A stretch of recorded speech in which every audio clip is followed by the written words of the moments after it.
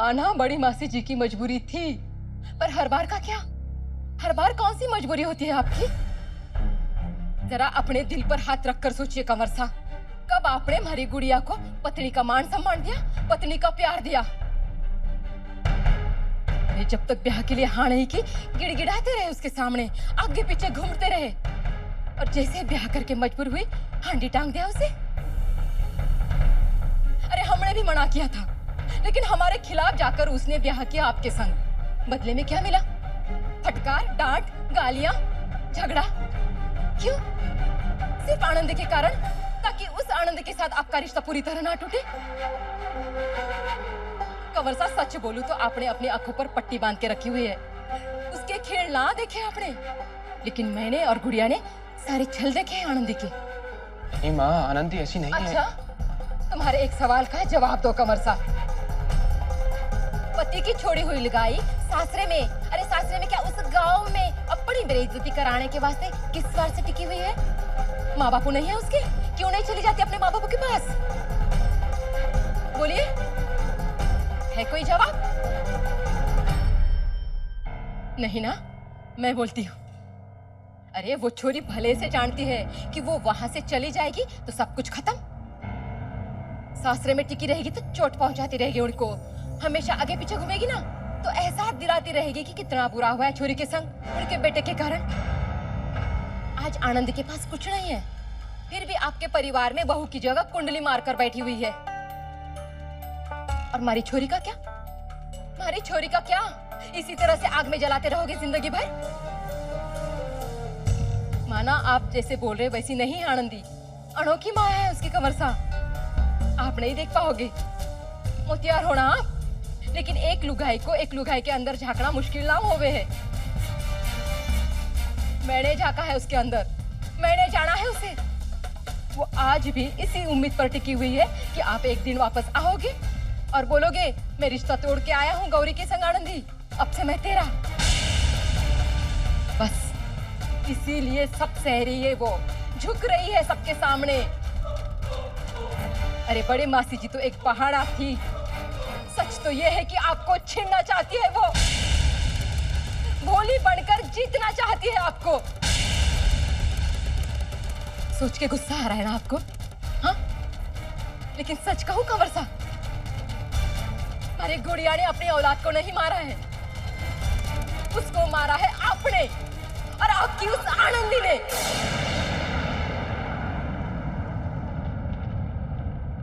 सच तो ये है कि आपको छीनना चाहती है वो, भोली बनकर जीतना चाहती है आपको। हमारी गुड़िया ने अपनी औलाद को नहीं मारा है, उसको मारा है आपने और आपकी उस आनंदी ने।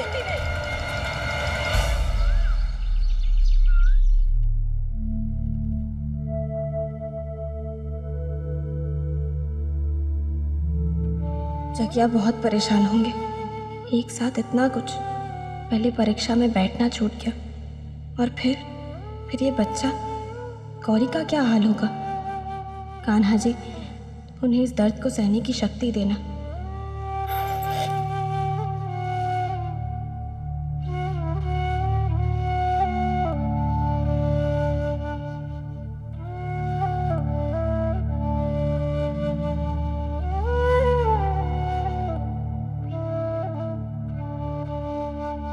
एक बार जगिया से फ़ोन करके पूछ लेती हूँ कि गौरी कैसी है। पता नहीं फिर स्कूल में टाइम मिलेगा या नहीं।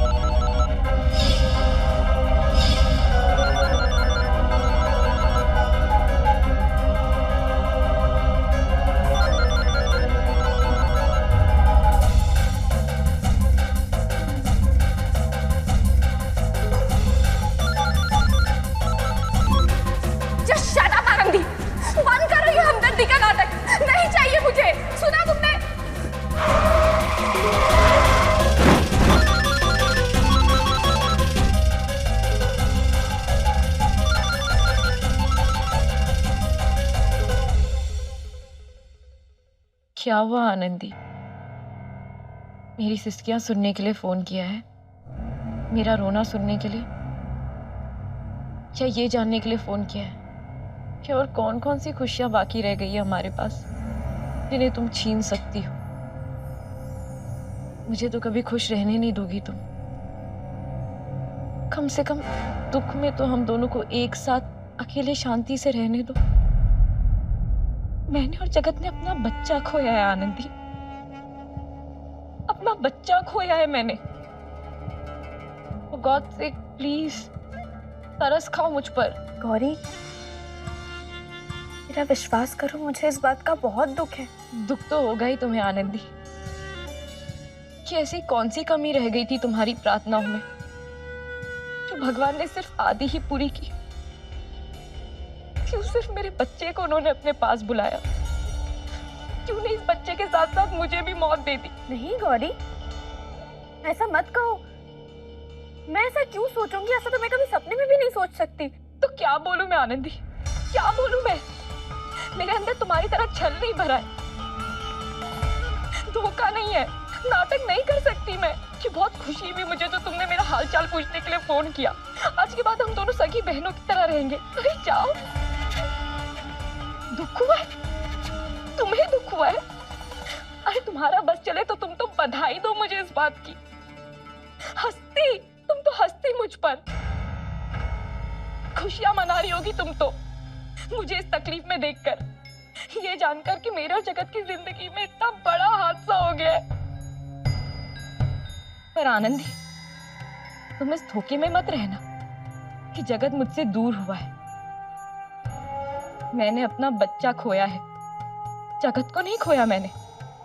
नहीं आएगा वो लौटकर तुम्हारे पास। मेरा बच्चा तो गया है, लेकिन मेरे और जगत के बीच का प्यार वो कहीं नहीं गया। उल्टा इस दुख, इस तकलीफ की घड़ी में और बड़ा है, और मजबूत हुआ है।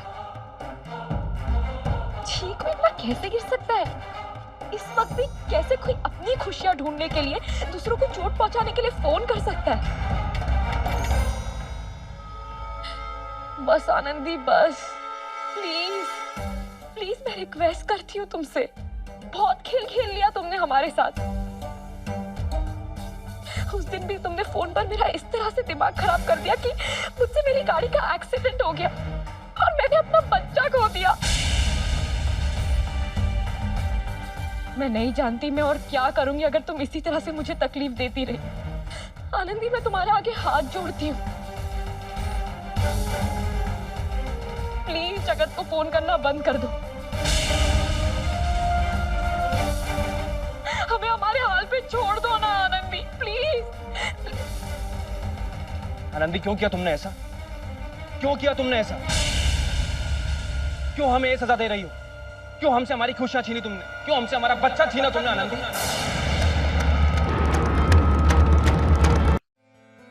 मैंने कुछ नहीं किया। क्या आपको कोई गलतफहमी हो रही है? नहीं आनंदी, नहीं। गलतफहमी अभी नहीं, पहले हुई थी। जो तुम्हें अपना दोस्त समझता था, अपना हमदर्द समझता था, कोई ऐसा जिसे मेरी परवाह होती थी, लेकिन गलत था मैं, बहुत गलत था मैं।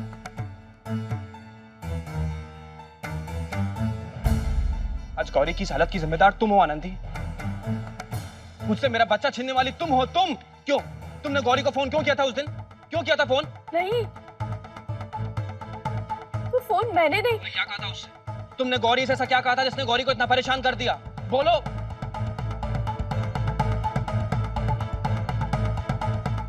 अब याद आया, अब याद आया मुझे। उस दिन तुमने मुझे भी इसीलिए फोन किया था, राइट? ताकि जो गलती तुमसे हो चुकी है उसका भार अपने ऊपर से उतार लो, है ना? क्योंकि तुम जानती थी कि गौरी के साथ क्या हो चुका है। क्या?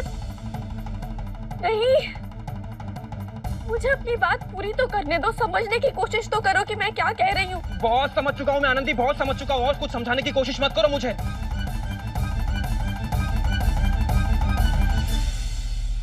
गौरी ने भले तुमसे विनती की होगी, भीख मांगी होगी, लेकिन मैं ऐसा कभी नहीं करूंगा। मैं साफ साफ तुमसे कह रहा हूं कि आज के बाद तुम मुझे फोन कभी नहीं करोगी। Is that clear? क्या? मुझे गौरी की चिंता हो रही थी और इसीलिए मैंने आपको फोन किया था। और सिर्फ मुझे ही नहीं, क्या घर में सबको उसकी चिंता हो रही है, बस इसीलिए मैंने। हाँ तो ठीक है आनंदी, तुम्हारी और उन सबकी चिंता के बिना भी हम जी सकते हैं और शायद ज्यादा अच्छे से जी सकते हैं। एंड प्लीज हाँ, ये मेरी फैमिली का बहाना लेकर बीच में मत आओ। अगर उन्हें मेरी चिंता होगी तो वो खुद फोन करेंगे, मेरा नंबर है उनके पास। अब तुम्हारे सारे उनसे बात करने की जरूरत नहीं है मुझे। जग्या, मुझे ये एहसास दिलाने की कोशिश क्यों कर रहे हो कि मैं बार बार जबरदस्ती बिना वजह तुम्हें फोन करती रहती? बल्कि मैंने हमेशा ये कोशिश की है कि कम से कम बात करूं तुमसे। और अगर तुम्हें याद हो तो मैंने ही कहा था कि मुझे तभी फोन करना जब तुम्हें मुझसे कोई काम हो। और ऐसा भी नहीं है, हमेशा जब तुम्हें मेरी मदद की जरूरत पड़ी है या तुम्हें मुझसे कोई काम रहा है, मैंने तुम्हारा फोन लेकर तुमसे बात की है। ओह, तो अब तो मुझे उस बात का एहसान जता रही हो जब मैंने तुम्हें पैसों के लिए फोन किया था। ये दिखाना चाहती हो कि तुम्हारी वजह से मेरे परिवार ने मुझे पैसे दिए। अगर आज मैं जिंदा हूं तो तुम्हारी वजह से, मैं पढ़ पाया, काम कर पाया तो तुम्हारी वजह से। अगर आनंदी ऐसा है ना तो बस, और ऐसा नहीं चाहिए मुझे किसी का। बिना तुम्हारे, बिना अपने परिवार की मदद के बिना भी जी सकता हूं मैं। मेरी मदद नहीं चाहिए तो ना सही, लेकिन अपने परिवार से नाता तोड़ने की बात मत करो। रहने दो आनंदी, तुम रहने दो। ये बात तुम भी बहुत अच्छी तरह जानती हो कि जिस तरह तुमने मेरे परिवार के कान भड़के ना मेरे खिलाफ, अगर उसमें मैंने बापूसा से कोई मदद, कुछ पैसे मांगे भी तो वो सबसे पहले मुझे तुमसे भीख मांगने के लिए कहेंगे। और अगर मैंने ऐसा नहीं किया ना तो मैं जीऊं, मरूं, भाड़ में जाऊं, इससे उन्हें कोई फर्क नहीं पड़ने वाला है। जानती हो ना ये बात? तो क्या तुम भी जानते हो कि बात सिर्फ पैसों की नहीं है? जानता भी हूँ और समझता भी हूँ, लेकिन बस अब और नहीं। तुम मुझे और बेवकूफ नहीं बना सकती आनंदी। तुमने भले मेरे परिवार के सामने चापलूसी करके अपनी बहुत झूठी, बहुत महान इमेज खड़ी कर रखी होगी, लेकिन मैं तुम्हें जान गया हूं, पूरी तरह पहचान गया हूं तुम्हें कि तुम हो क्या। एक मिनट जग्या, एक मिनट जग्या, मुझे किसी की चापलूसी करने की या अपने आप को महान दिखाने की कोई जरूरत नहीं। और तुम सारी बात सिर्फ पैसों पर तोल रहे। उन पलों का क्या जब पैसों के अलावा भी मैंने तुम्हारा साथ दिया था?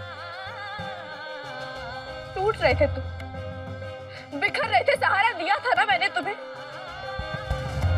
तुम्हारी वो दोस्त बनी थी जिससे तुम अपना सारा हाल बता सकते थे। तुम्हारे साथ हंसती थी, तुम्हारे साथ रोती थी। उन पलों का क्या? हाँ, जानबूझकर सहारा बनती थी, मेरी भावनाओं से खेलती थी, अपना कंधा खुद आगे रखती थी। और ये बेवजह नहीं था, इसकी वजह थी। इसकी वजह ये थी कि तुम मुझे पाना चाहती थी, गौरी से मुझे छीनना चाहती थी। आनंदी, तुमने खेल तो बहुत खेले, लेकिन ये तो गौरी और मेरे रिश्ते का सौभाग्य रहा कि मैं उन खेलों में फंसा नहीं। और अब तो सवाल ही नहीं उठता आनंदी। अब मेरी आंखें खुल चुकी हैं। अब तक जो मैं तुम्हारे खेल, तुम्हारे बड़े हुए कंधे, तुम्हारे सहारों के पीछे छुपा मकसद नहीं देख पाया था, सब देख लिया है मैंने, सब। तुम्हारे जीवन का बस अभी एक ही उद्देश्य है, कैसे भी करके गौरी को मुझसे अलग करना। तुम्हारी जिंदगी की सबसे बड़ी जिद है ये कि तुम मुझे पाना चाहती हो। इसीलिए तो मेरे उस घर को छोड़ने के बाद भी तुम उसी घर में रह रही हो। अरे तुम्हें पाने का तो मैं अपने बुरे से बुरे सपने में भी नहीं सोच सकती जग्या। और किसे पाऊंगा? तुम्हें। तुम तो वो जग्या हो ही नहीं जिससे